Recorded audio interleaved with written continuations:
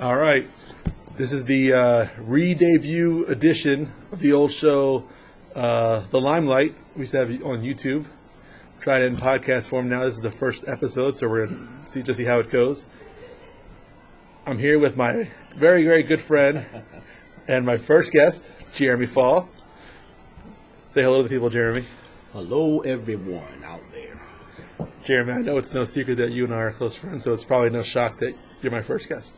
Yeah, that makes sense. Yeah. All right. For those people out there that don't know, Jeremy and I have been friends now for like 8 years, maybe? Yeah, since I was 37 and I'm 50.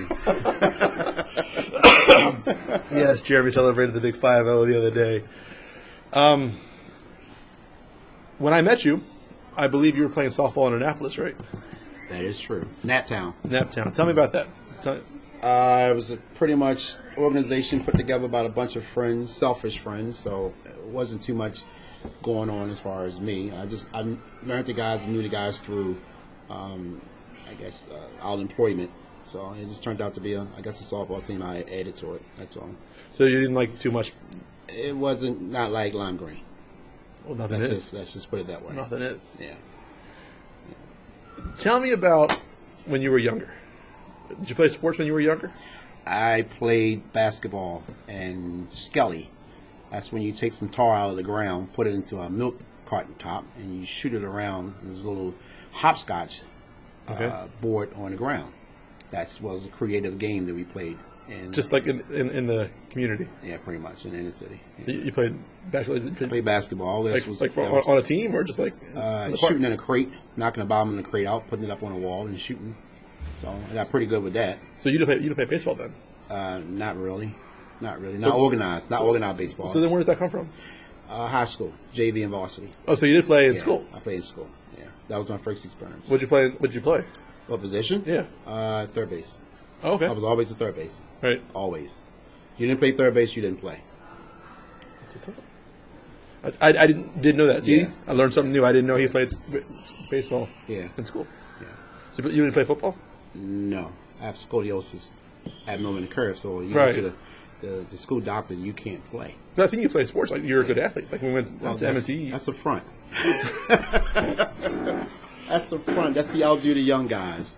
Well, you don't tell all your secrets. When we went to M&T Bank to play football, you know. I was pretty good. Yeah. Yeah, that was a front. That's because you're black. Well, that too. Yeah, you're black don't crack. Black and age. So after that mistake, we're back. Yeah, we're back. Like I said, it's a new thing for us, so I don't know how to use this machine, and we're learning how to use the machine. Yeah. Okay. It's Kevin's machine, not mine. So let's go back. This would be your 7th full season with us. Yeah. Because you started in 2011. Well, actually, 2010. That's true. You had the tournament with us. That's true. And you struck out. That's true. I didn't tell you the rules. Yeah. Well, that's true. Right. It's kind of my fault. Yeah. That's malarkey, but that's true. That's true. So, okay. You started. To me, I see the team in like eras. So you started at like the end of my family and Bear era. Like I don't think you played with Malcolm Miguel that much, did you? No. Right. So he was gone. Well, he was on his way out. My cousin Joshua, just because like a game or two here and there. So you started around that era. I kind of came in when Tim was on his way out. All right. Tim was on his way out. Jason was on his way out. Yeah. AJ was bringing. AJ cut his hair. Yeah, he cut his hair. And he brought his friends. Yeah. He brought Bobby and Brent. Yeah. We had Colin. Yeah. We brought Janet. So it was like a different era to me now. Yeah. Do you remember like a best memory? Well, what do you remember most about like those early years that you started playing? I was a part of an organization. I was a part of a team. But it's tough because you don't know anybody. Well, that's the best part because you're actually filling in for someone that's no longer playing. Yeah. So they're looking at you to fill the void, and I thought my void was to fill when Tim left.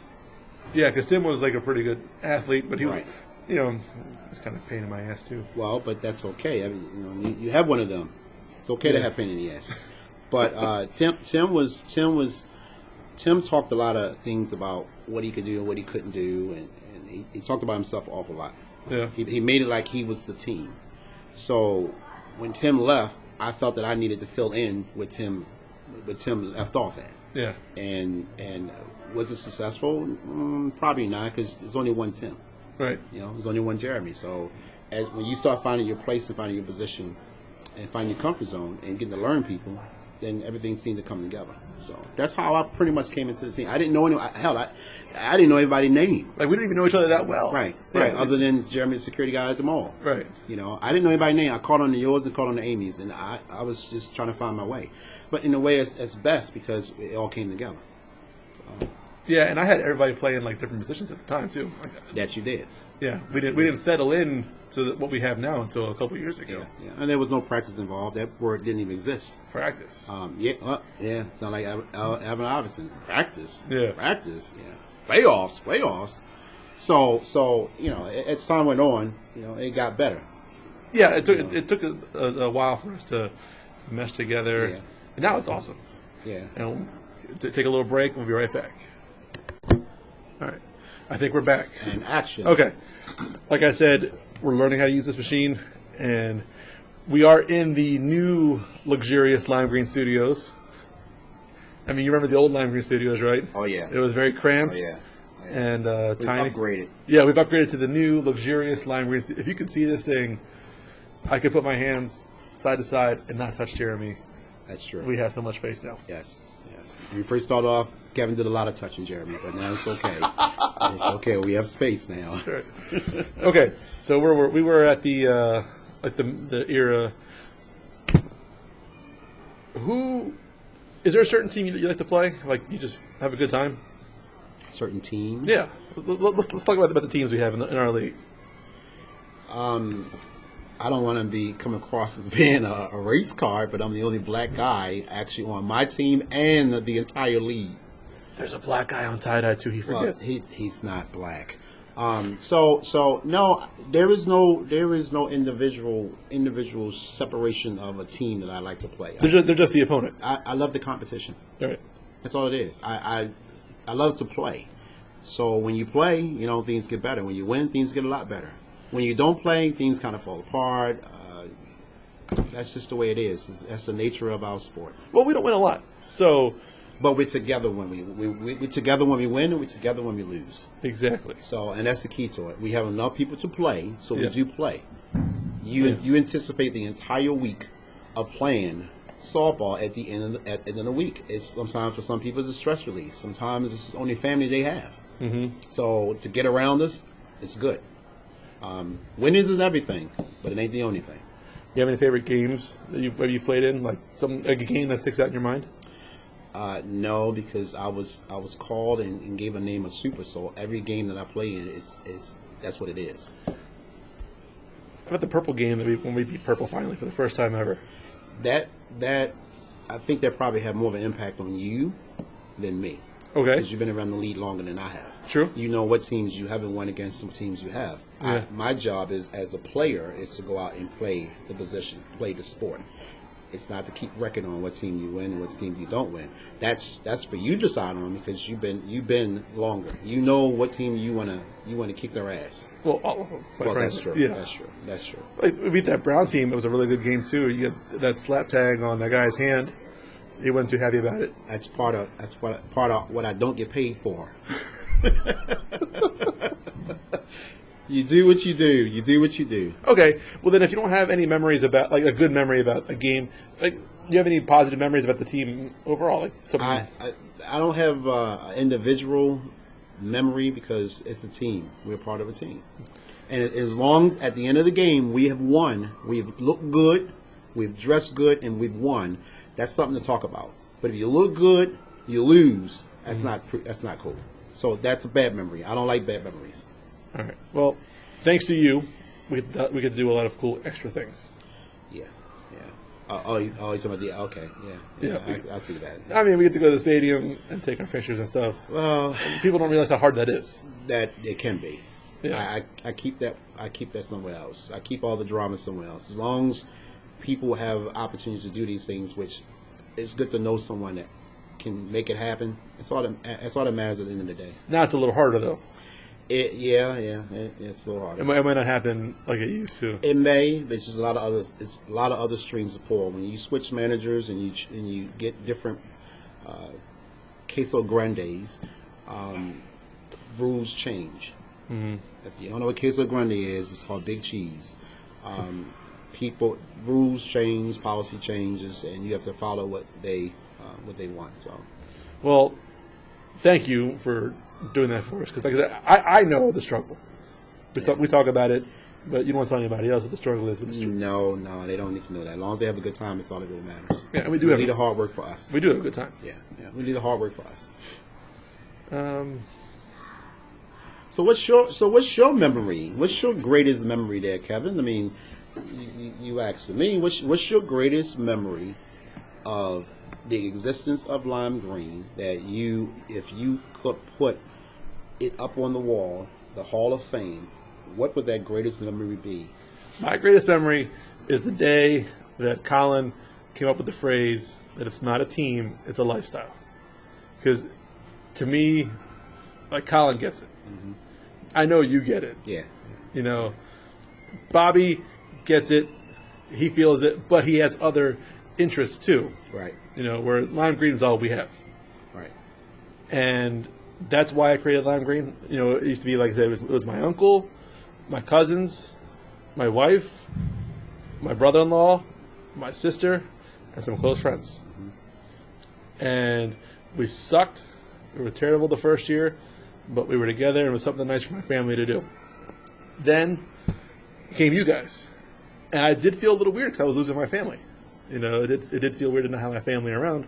But then we became like family. Some of us are closer than others. Mm-hmm. Brent is a whole different story altogether. But we love Brent. Brent's our dude. Brent is Brent. Brent is Brent. Yeah. Last name Alexander, so I have to respect him. So when I get that feeling that other people on the team feel the same way I do about it, then that's my greatest memory or feeling, just knowing that people care. Because I know I care too much sometimes. You know, like sometimes it's... No sense in caring too much. Yeah. So, but like I said, I know sometimes it's what we got. Lime Green, even though I have 2 actual children, is my first baby. Right. So to see it grow, because you know, I almost quit a couple years ago. That was a phony retirement, but yeah, I get you. No, not the retirement. It was just I was mad about what was going on. For the audience, Kevin's always mad about something, especially when it don't go right, because he wants everything to go right, and it's okay for things to go right, but this is part of you're dealing with personalities and egos and all kinds of stuff that goes into the preparation of getting a game, and all the pressure's on him, and all we have to do is the small things, is like show up and play.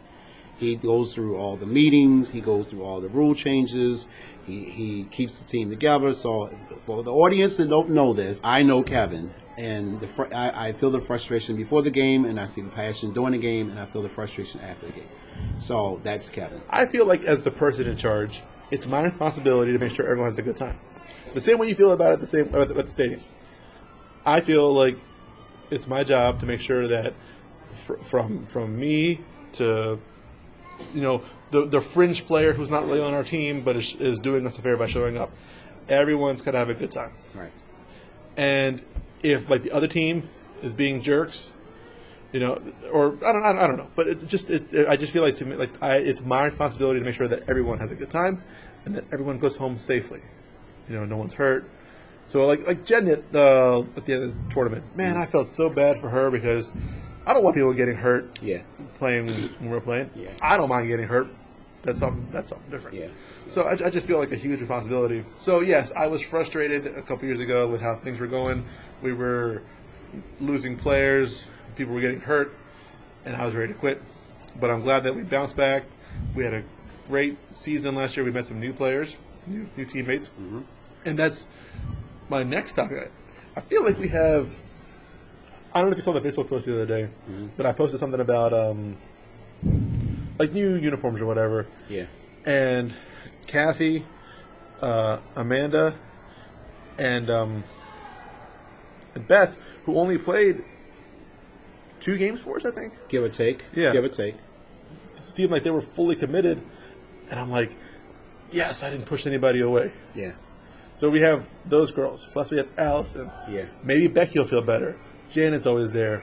Even Amy said that if her arm was feeling, because she had the surgery, maybe she'd fill in if we needed to. So I just feel like now we went from having no girls to this evolution, like this women's evolution of all of a sudden having multiple girls. And it's actually kind of like awesome because now I feel like I don't have to worry next season about. Well, we are talking off season right now. Season. It's not the season yet, so we'll see if that transformation flows over. That's true. They're still months away. It's months away, so we'll see what happens. It's a good feeling. That's all I can tell you. You have to be there to really understand what goes into it. And I believe the preparation going into it is probably bigger than the game itself, because it's actually bringing people together that cares about each other. We do from different walks and talks of life. Oh yeah. And for an hour or two or whatever case it be, we spend time together, and it takes us away from all the rat race BS that we go through in our personal lives. So a lot of people don't want to say that, but it's the truth. Yeah, I mean, it's an outlet. Like you just said a minute ago, we do have a wide range of people. I mean, it's weird. I bring it up all the time. It's weird that Jan and I are friends. Yeah. You know, it's weird.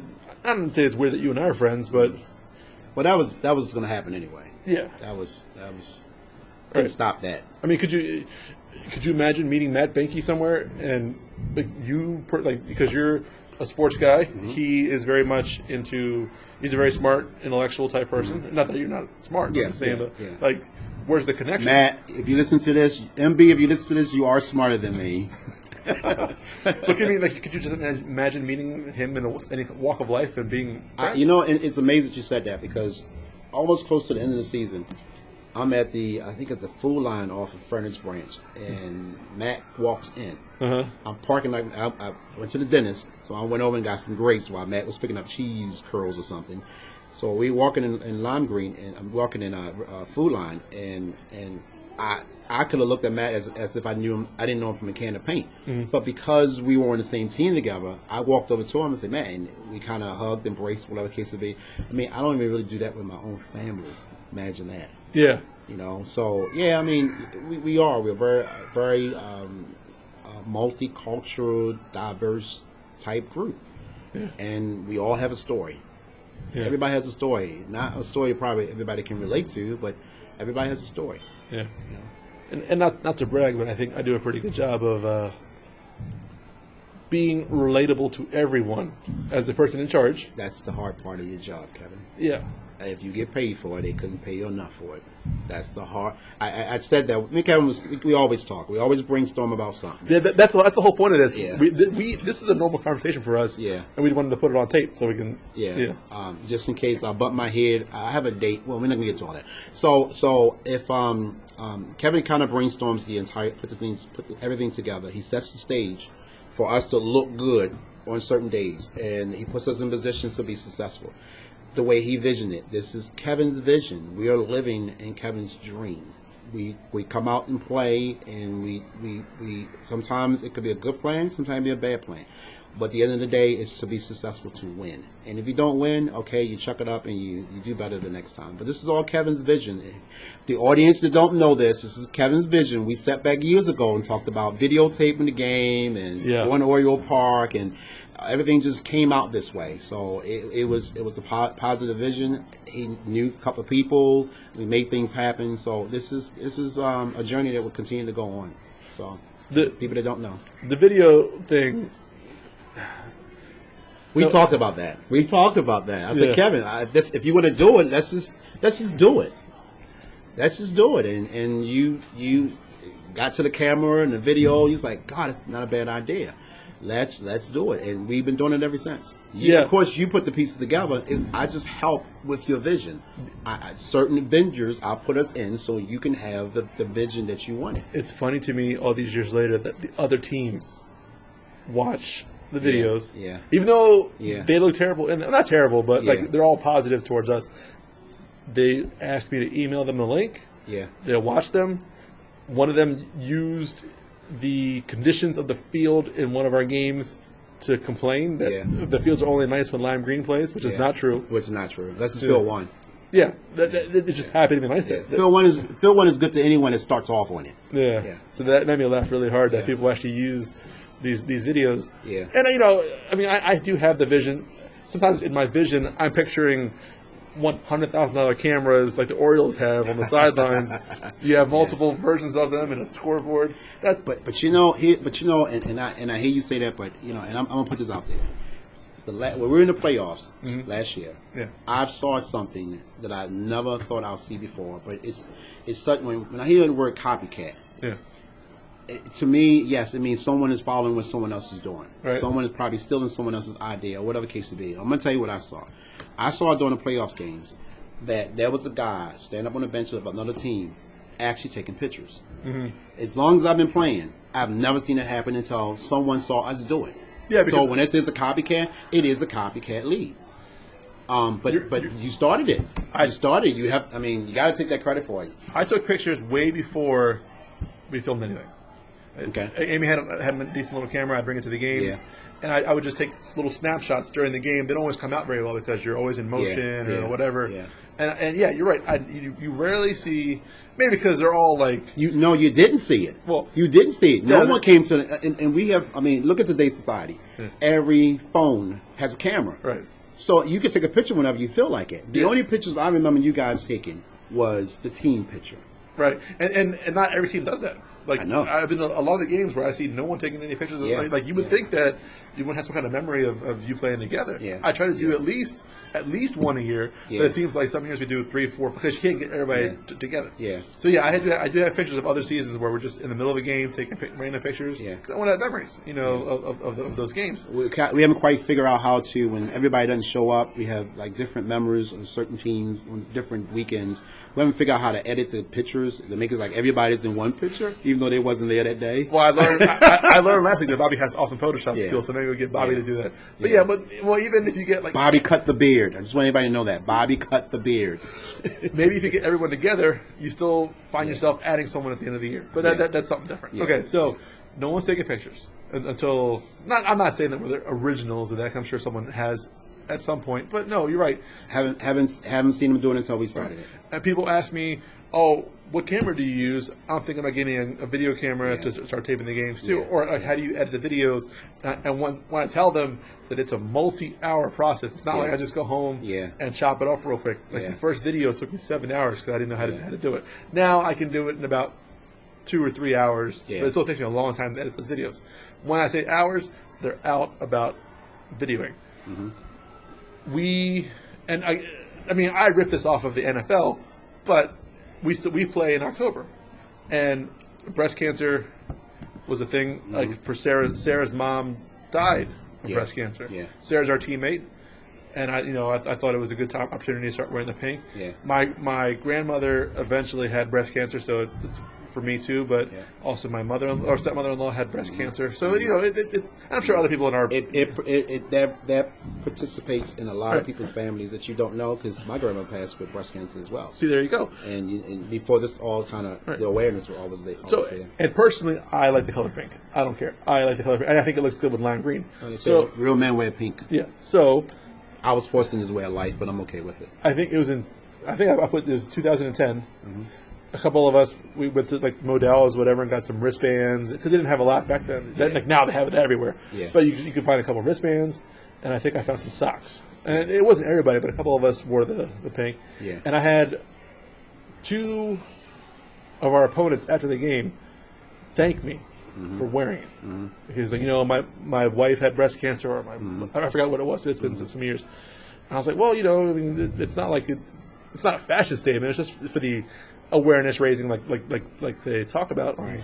And then so we did it, and it was years before I saw anybody else. Well, and it goes back to the vision again.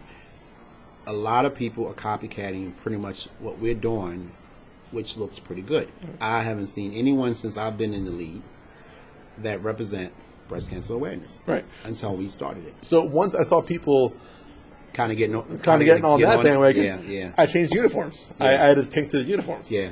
Yeah. And we had special breast cancer awareness uniforms that we did for one tournament, but not everyone has one. So since it's been 10 years since I made the original LG logo, We have new players. Now, to me, it's like a new era. I decided that I should incorporate all three colors together. I think Bobby volunteered to make that logo. The logo, yeah. So now we're going to have all three colors together. And everyone's been asking me for green shirts anyway. Yeah. To be able to switch up, yeah. I know. Well, we talk about different uniforms and stuff all the time too. Yeah. So I know you kind of want a green. It's lighter for people because I make people wear black. And mind you, when I started this with the black uniforms, I wore black on black on black. The lime green was very secondary. Yeah. Like my shoes were white with black. Yeah. Socks were black. Shorts were black. Right. And then I started to lighten up. Add colors and stuff. Yeah. So, I mean, it's fun, I guess. So what is your proudest moment, Kevin? What's your proudest moment about all of this that we compiled into one little segment? What's your and it's probably hard. It is a tough question because I've seen everything. I've been it's my thing. So it's probably there is none. I guess a proudest moment to you would probably be every moment that you spent in it. Yeah, that would probably be the right answer. That it's still going on. Yeah. Maybe if it stopped today, then maybe you could say, okay, my proudest moment in 10 years was this. But we're going into what year? You guys are going to what year? Well, I think my proudest moment will be, obviously, I want my kids and Bobby's kid and Colin's kids to not. And soon to be Jenna's kids. And Becky's kids. And, yeah. I don't want them to settle playing for co-ed softball. I want them to become like professional, not athletes, but good. But if they chose to play as adults, I'd be very excited that the second generation could carry on. It's a part of their DNA now. Yes. So hopefully that carries on. But my on the field all-time favorite moment. Oh no! You know what? Let's go back. My proudest moment was the game where we played against Orange when the gentleman for that team had died the week before that. Yeah. He died. For those who don't know him, Field 6 is the big field in the back, and they were playing. I don't remember. Yeah. But it was hot that day. We were on Field 1. We were on Field. Yeah, right. Yeah. We were on Field 1. Yeah. So we were playing that week, and the gentleman had a heart attack. And sadly died on Field 6 because the ambulance couldn't get there in time, and it's quite the hike up there, and it's very, very sad. And it was someone that I knew. And to add to that, it was I don't know what the temperature was, but it was extremely hot. It was and humid. And believe me, as a fat guy, I worry about it every time I go play. I keep telling him he's not fat; he's big boned. Big bone, but I do worry about it. That's beside the point. Yeah. So, and of course, on the schedule, our next opponent was Orange. Yeah. And I talked to them. I said, "Look, we don't have to play. Like this is, it's the very next week. At least our game was on Field 1, so because they were not going to play on Field 6 ever again. Yeah. So, and like, no, we want to play, and okay, that's great. So Janet and I, and Omar, started making like little orange ribbons with the gentleman's initials on it, and they didn't know we were doing anything. I mean, not that it was that special, but we had little memorial ribbons pinned to our shirts, and we walked over as a team to the home plate area and invited them over. And whether you're religious or not, we had like a little team prayer and let them see that somebody outside of what they're doing cares about what goes on. Right, they were the only ones going through it, and we were there for them. And we were filming games at that time, so it wasn't that long ago. And I told them, like, I am not filming this game. This is not, let's just take it a nice and easy game. We won, but I mean that's not the point. We won out of the good memory that he wanted us to play, and he wanted this to continue. So, and I can't see him not wanting us to play because he was always a player. Right. So if we didn't play, he don't want us to be sad. He wants us to continue on what we're doing to make us all go have fun. So I was always very proud of that. I thought that we as a team showed incredible class, and I thought that was really awesome on our part to not to brag. Don't almost sound like braggy. We try our best to represent well because it's more than just a team. It's more than just a game. It's a way of, as someone said, it's a way of life. It's a way of life. Yeah, beating Purple, I mentioned it earlier, was awesome because they're a good team. Yeah. Great team, and that was probably the most crisp defensive game ever. No mistakes. just catch. If the ball was in the air, it was caught. Yeah. And like I said, they're a good team, and it was a magical day. It was so funny. That particular day, we were just a better team.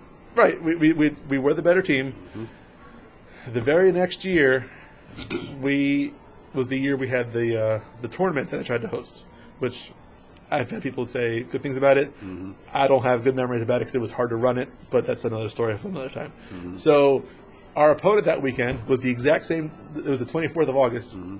Was near purple. I'm like, no, you know what? I'm not playing that weekend because we're doing the tournament, but I'm going to play it off like we're not giving them the rematch. Right. So then the next year was the exact same weekend. Same conditions. Mm-hmm. We had 10 players. We had 10 players the first time too. Same umpire. Same cloudy sky. Yeah. And same kind of game. Crisp defense. Yeah. We're hitting the ball. It was going well. Mm-hmm. But it didn't work out. But it just felt like it was going to be deja vu all over again. Yeah. But it was just a funny condition. But anyway, going back to the purple game. Yeah. If you see the video, Amy was playing catcher, I believe. I think we had enough girls that day, and she's running over. I think AJ was the pitcher. Man, they hugged each other. I was keeping score, and I was just so excited. I went and gave the umpire a high five. I mean, it's probably not good, but that's how excited I was. It's in the video. You see me running towards somebody, you don't know who it is. I'm giving the umpire a high five. Yeah. It was probably one of the coolest things ever. It was a moment among moments. Well, it just showed me that we could beat anybody. Yeah, on any given day. You're right. On any given day. Yeah. We have the skills, the talent. I think we're good enough. We've beaten every year. We've beaten the champ of the previous tournament. Yeah. And we haven't even talked about that yet. This past tournament that we had. Yeah, that's true. I mean, you remember that Saturday? I remember seasons we didn't make the tournament. Well, and everyone's in, but we didn't play. Yeah. But it felt like that. We were the bottom of the tournament. We had the talent. We had it all. It's just for some reason we just cannot get over that hump. This past season, we were supposed to play purple. Yeah. In the tournament. They backed out, so we got all reseeded, and we played against Royal Blue. Mm-hmm. Good team. Mm-hmm. Good friend of mine and Tommy. Mm-hmm. He was the commissioner. I'm sure they saw it as we're going to beat Lime Green. Right. I think. Okay. I try to be not motivational, but upbeat about it. But I know everyone's skills. I know the other teams, so I get an idea when we're going to win, we're going to lose. Yeah. So you figure, okay, we're going to lose this game, and I think some of us said it too. We'll lose this game, and we'll go to lunch, and we'll come back, and we'll lose this bracket. Mm-hmm. We scored 2 runs, top of the first inning. Mm-hmm. They scored a run, and the commissioner Tommy comes up the bat and hits a ball. To this day, I don't think it was. It wasn't. It definitely wasn't an arch. It was just straight back. Yeah. But I guess it was over. I mean, it wasn't Tommy. It was someone shorter. That's what it was. It was someone shorter because the ball came straight back, but because of how high it was over his head, which I guess is the rule, and I caught it barehanded, that stopped all their momentum. Right. And we never looked back. We kept scoring more runs. Right. And then they could never. It was almost like no matter where they hit the ball, one of our players was there to catch it. Oh, yeah. In whatever situation it was. Right. Yeah. And we were lucky to play because I think we needed the girl from the pink team to play for our team. Yeah. And we'll get right back to the story in a minute. Let's take a commercial break. Nope. Okay. After that little break, I honestly got. I know we were talking about the tournament. I think we're talking about beating the blue team. Purple. No, the blue team in the tournament. Okay, yeah. In the tournament. Yeah. Okay. We beat them. I forgot what I said earlier. Just know that we beat them. You all were there. Yeah. And then we have the lunch break. We're celebrating, having a good time. That was enough. Honestly, that was enough for me. Yeah. Knowing that we beat a good team. And then... That's probably was up there. Yeah. And then yellow... I'm sorry, not yellow. Gold. Other friends of mine... I'm friends with pretty much everybody up there anyway. Yeah. I didn't know what kind of season they were having. But if they were still in the winners bracket, that means they were still legit. Mm-hmm. And I knew we were having troubles because I knew we needed some girls. Mm-hmm. Mm-hmm. Which seems to be since our original crew has been. Everybody goes through things in life, and our original crew, as far as girls wise, hasn't been there. I mean, we missed Jan and we were pushing Miss Amy, and we had girls. And at one point in time, we was looking for guys, or maybe had too many guys. Yeah. You know what I mean? So we didn't know who was going to show up. Oh, that's the thing with Bobby and Brent too. They hate having too many guys, and because like sometimes you have like 10 guys show up, and you get the bat once. I mean, that's why I'm at the back of the order. People have asked me, "Hey, why don't you bet yourself earlier?" Like, no, I want to bat last, so that because I know I'm slow, so I'm not going to trot around the bases in front of somebody else. But also because I want to make sure that everybody plays. Yeah, you know, gets their fair share of playing. But to make it back to the playoffs, we definitely have to make some adjustments in the batting order. It has to be. You have to critique it a way that when Kevin gets on base, Kevin comes home like everybody else comes home. It's not just Kevin gets on base or Kevin knocks somebody in. And we can throw in like who's slow, who's not slow, but we have to put people in a position to be successful. And sometimes maybe because we know Bobby's fast. Yeah, Bobby has speed. Brent doesn't, but Brent's a power hitter. So Brent cleans up the base, and it has to be arranged maybe some kind of way where is Brent doing he goes after Bobby. Well, there's a couple of slow people in front of him that can at least get on base, but everything has to be advanced. Yeah, I don't know. It's a way. It's got to be a way. I mean, we figured everything out. We figured a lot of things out. Like we found out in the playoffs that they can have girls in the outfield or less girls or what was we yeah. So I saw the black team the week that we won those games. Yeah, they had only 4 girls. Yeah, and the fifth what was it? And they had So they only had 4 girls, and they made one of them their catcher. Right. Which apparently you can do in the tournament. I don't know why that's a rule. Was that discussed beginning of the season that you could do that if you made it to the playoffs? I didn't go to that meeting. Okay. That might be some. Who knows? Did we see any other team do that? Never saw it happen. But this year, when we saw that, did we see any other team do that? I've never seen it ever happen because the rule was if you only have 4 girls, the 6th guy has to be the catcher. That's right, and that's fine. Yeah. If that's a rule, no problem. Right. Yeah. I checked, and they said that was a rule. That they were okay with that. Yeah. So is that only in the playoffs, or can you do that during the season? That's the way it was told to me was it was only in the playoffs. Okay. So, knowing that we only had 4 girls going into that next week, as long as it's a rule, we'll do it too. Mm-hmm. But I made sure that I checked. Right. I didn't just throw it out there. Right. And I was like, look, they did it. Right. If they're okay with it, we'll do it too. Right. If they want to do it too, that's fine. Right. But I want to make sure that it's even up for both teams. Mm-hmm. And then, since it was a different umpire, he wasn't familiar with that rule. He said, no, I want it to be the way it is. Yeah. And that's fine as long as both teams played the same way. Right. So I'm glad that we saw that the last because we came up early to watch the game. We streamed early. Yeah, and we watched, and that's how we saw that happen. Because I didn't want them to pull that on us and be like, well, if they said it was okay. Yeah. Yeah. It was an advantage. It was an advantage. It Being was. able to position your girls around like that, it's an advantage because you're putting power defense out. Yeah. It's an advantage. But going back to the batting, I don't know if you've ever noticed this before. Mm-hmm. Because the order is always the same. Yeah. To me, it's not just it's complementary players as far and they're also close friends too. Like I put Brent or Bobby first, then Brent. Right. Because I feel like Bobby will get on base, Brent will drive him in. But with that, it could be anybody. Doesn't necessarily have to be Bobby. It could be anyone. So let's say Matt Banky. Yeah, but Banky has speed too. Well, yeah. Well, or Colin. Colin's not all that fast, but Colin, if you get him on base, Colin can hustle. Right. Colin will chuck it up and he'll hustle. So I guess what I'm saying is, it's just like it works for them two. Yeah. It can work for someone else as well that's probably slower than they are. Right. Well, I could mix it up, but like I said, I like to keep it complementary. So I have those two together. Then you and Colin are together in the lineup because you guys complement each other. Like one of them has speed, one of them has you can run. Yeah. And if Colin gets a hold of one, then you're taking off. Yeah. And then Banky's in front of me because Banky has ridiculous speed. But you got a girl in between us. There's the key. Yeah. Okay. I can't account for that. So if Bobby gets up, No, if Brent gets up and he hits, a girl comes behind him that's pretty slow. Is the next person up have enough to advance that person or that girl from first base or wherever she may ends up to home? That's where the problem is. That's what the problem is. Right? Yeah.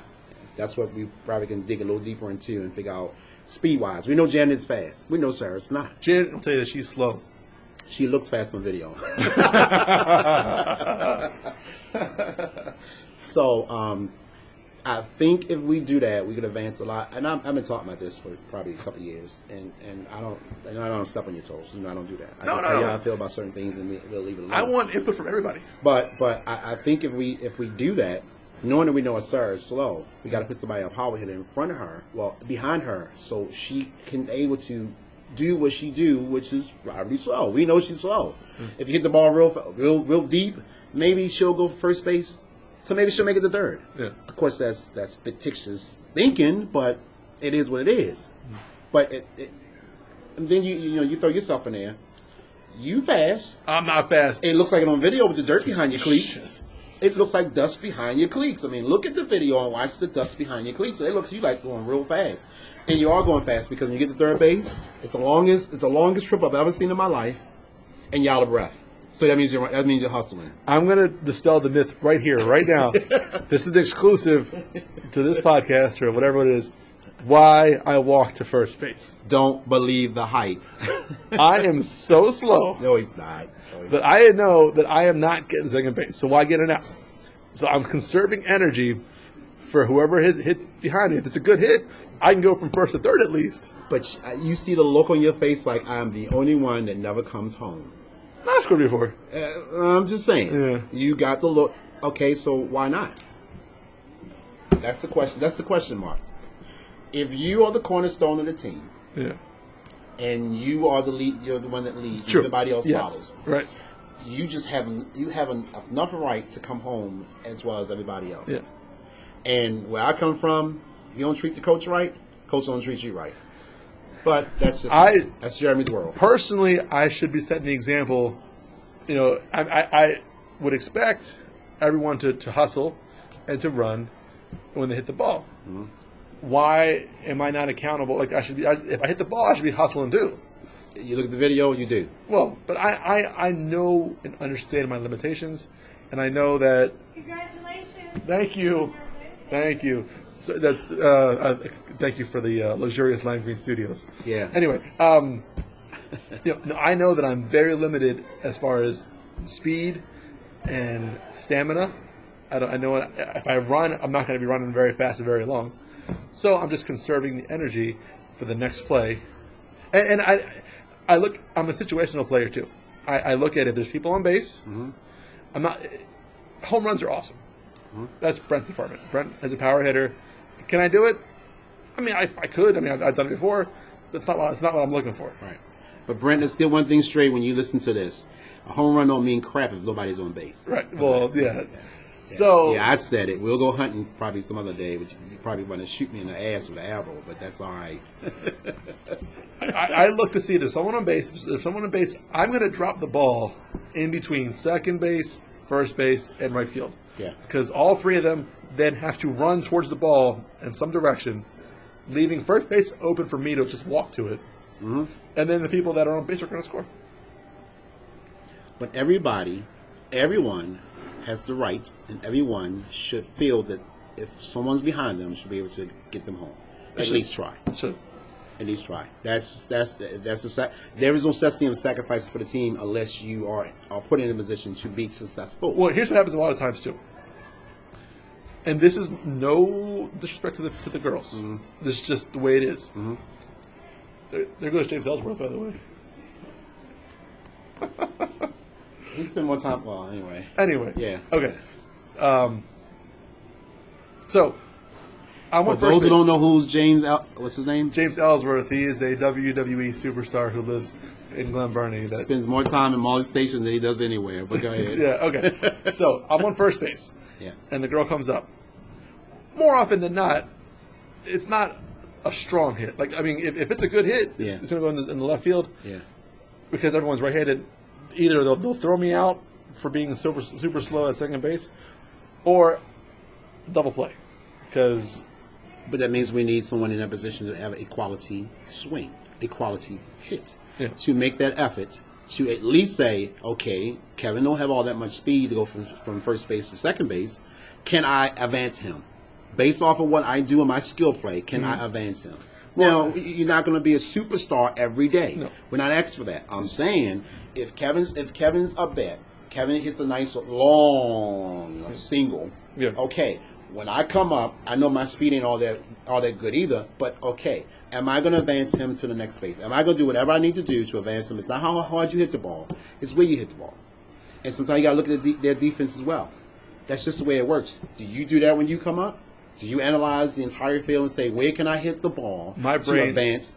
Is working ridiculously. I get that, but your whole point and your whole object that you're up there is to at least to try your best to get a run in. Right. If you don't come in, you got a run in. That's the whole object. Here's the other thing too, is that usually when I'm on first base, it's the female who is like the backup to the backup to the backup who's filling in. That has less productivity. Yeah, well, it's right. It's the person who's doing us a favor by showing up to play because their friend of a friend of a friend asked them, "Hey, Lime Green needs someone. Right. They're looking for anybody. Can you just fill in?" Right. So Unless it's the girl that plays on the pink team. yeah, right. So you can't expect them to come up and drive the ball to left field with power. Right. They're probably going to ground out to the third baseman. So is it best to take that person and stick them in between Bobby and Brent?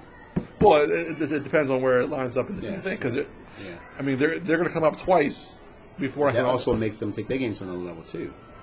Because if Bobby or Brent hitting the ball, especially Brent, if he hits the ball, he's going for the gusto. We know that. Mm-hmm. So you could be the slowest runner in the world. He's behind you. If he makes the second base, your ass should at least make it home. Go. Right. Go. I mean, it's just the color. The code is green. I always say it. Yeah. Brent, green. That means go for it. I guess now that I say it out loud, it sounds like if I hit the ball, I should be on second base then, because now I'm putting pressure on the person behind me to drive me to second base. Where if I just get to second base the first time, that's a good mindset. I mean, to take the pressure off the person hitting the ball. Maybe maybe don't have confidence in that person's going to advance you. Right. But at least they try to put people in a position that you know that it's a possibility. Anything is possible. So that's my fault then. Yeah. Like, I mean, I wouldn't necessarily say that. Well, because you put people in positions to try at least to be successful. You cannot make them be successful. They have to want to grab that baton and go. Right. I can give you the baton, but I can't make you run. You see what I mean? Mm-hmm. It's just the way it works. That's the nature of what we play. If you say, okay, Jeremy, you're batting first. What you're saying is, let's start this thing off. Mm-hmm. I could be the worst hitter, but just start this thing off. What you're saying in your mind is, okay, if he gets on base, that's speed. Yeah. You see what I mean? So you're going to another level. He may not hit all that good, but shit, I got somebody on base that has speed. My cousin Joshua, when he bottom line. when he used to play, my cousin Joshua was always the leadoff hitter. Yeah. He never played baseball in his life, so the only baseball experience he played was playing softball. Yeah. But he could hit the ball to the third baseman and take off and be on first base before they knew what hit him. He had a lot of speed. Yeah. And then they tried what we now call the Benke double, in that they would try to throw him out at first base. Yeah. The first base girl would miss it or whatever, yeah. and then he'd be on second base. Yeah. Anxious. So even though he had no hitting skill as like a trained hitter, you could always count on him to be at least on second base. And who's this guy? My cousin Joshua. Well, I like the guy already. Sounds like me. Yeah, right. So he always led off because you'd always get a Benke double. But it's amazing that you said that, because speed is one thing. Mm-hmm. Hitting ability is another. Right. If you rely on your speed, you may get by. It all depends on the defense. You may get by. If the defense is playing tight and he gets a good night, because the further you play back, mm-hmm. the more you anticipate in throwing the ball. That means you're cutting your time down. It's a small window when someone hits the ball. Very small window. You know that. Yeah. So what I usually do is I rely a lot on speed. Mm-hmm. I say, okay, I'm going to hit the ball as hard as I possibly can, and I'm going to make you throw me out. Now, either you're going to do it or you're not going to do it. And 9 out of 10, I kind of beat the throw. because depending on the defense. Like I said, if you play back, if a guy like me comes to the plate, and people that don't know what I look like, well, that's another story.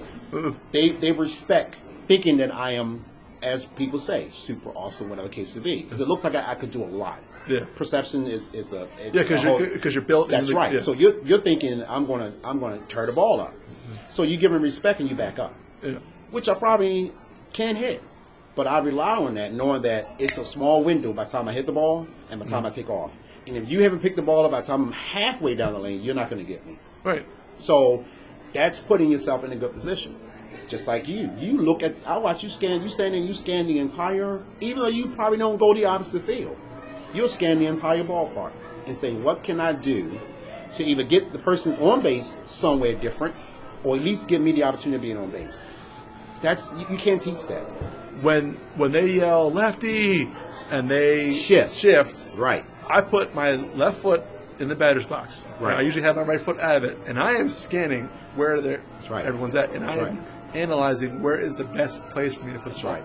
So everybody relies on a very strong strength that they have. Yeah. Well, basic people. I don't know how everybody play, but you would think that that's the object. The object is your advantage against their disadvantage. You're trying to make them disadvantage. It's almost like defense. You're on offense, they're on defense. You do whatever you can do to break their momentum of being on defense. Make them do something totally outside the box that they're not used to doing. That's called abnormal. Yeah, and it's not for everybody because we have some people that are just do the same thing over and over again. Right. Like it's not for everybody. Right. Everyone has different things that they're good at. Right. But at the end of the day, we get out and play. But some people have been playing for a while that they know that's usually what takes to play the game.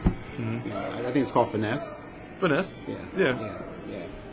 You take it a little bit more than just getting out there and hitting. You want everybody to know that you are good.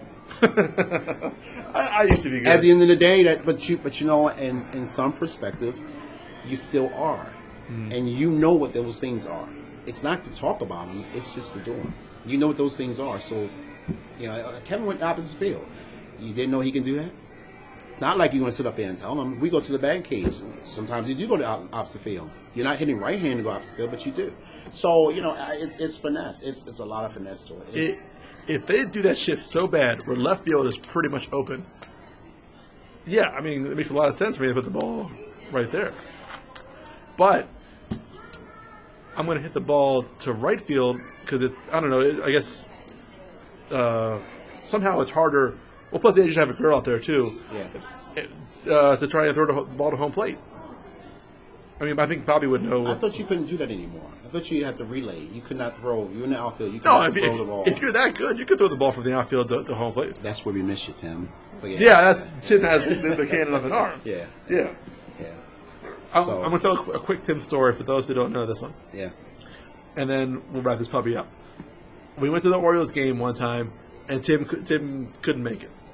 But then something happened where he could. Mm-hmm. So we're playing the Yankees, and I forgot who it was. I'm sure he'll text me later. Who it was. I think it may have been Giambi or someone like that. Hit a monstrous home run into the flag court. And because we used to go to the flag court all the time. That's where we didn't get seats to get the flag court. Yankees? No, it was on their team. Okay. It was on the Yankees. Yeah. So, perfect timing. Tim walks up to the flag court as this home run is happening. Mm-hmm. We don't know he's coming. Mm-hmm. We turn around, and sure enough, he's there. He catches the ball, and in one fell swoop move, whatever you want to call it, he grabs the ball, transfers it to his hand. If you know the flag court where the flags are at, this is now where he is. He's at the flags. Mm-hmm. And launches the ball back because, of course, you're going to throw the home run ball back to the other team. Yeah, that's right. So he throws the ball back so well that it just brushes by the Orioles pitcher, who was Chris Benson, that I'll never forget, and it one hops into the Yankees dugout. That was a cannon. It was so cool because then you had people from the other side of the stadium come on over and say, "Are you the dude that threw the ball?" Yeah. And so everyone saw it. And they came over to where the flag court was to come talk to him because they thought it was so cool that he. Yeah. I'm surprised he didn't get in trouble. Yeah. If he'd hit somebody, he damn sure would have got in trouble. Yeah. But because he didn't hit nobody, he just barely missed Chris Benson. But it was cool because we didn't know he was coming. And sure enough, he makes this awesome move and just catches the ball and throws it back. Almost as if he was playing the game. Oh yeah, he had a better cannon than the players that were playing. Mm-hmm. So I think that's a good spot to see. It started off choppy. Started like, let me ask you a question about this, and that, and it turned into a natural. Because we do talk every week or so. Jeremy and I will get together and we'll discuss, all softball. We kind of start from we take a let everybody know we start from we take a break once the off season. We don't talk about it. It depends on how the season went. I mean, we just give each other time enough to digest either a disappointing season or just a tough season where we probably didn't play due to the weather. But anyway, we'll wait until probably the new year, after the Christmas party, whatever case may be, somewhere probably in like February, if I'm not getting married. We'll start talking about it probably the end of February, somewhere probably close to like March when the weather breaks. That's when we really start digging deep into new ideas, what we want to do. Can we do this all over again? Do we ever we just brainstorm each other. So we kind of bring the best out of each other, and that's cool because I have ideas as well as Kevin has ideas, and some of Kevin's ideas I can make come true based off of what I know and where I work. So this is almost the time to do it. So anybody have any ideas, come forward. The door is always open. Yeah, let me know. For something new. Well, this is something new. Now it's doing this interview conversation. It's not a podcast. I don't know how to upload. I like podcasts. I like that.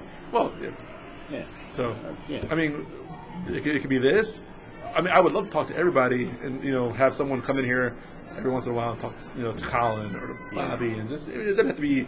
I think this is going to be almost an hour of us talking.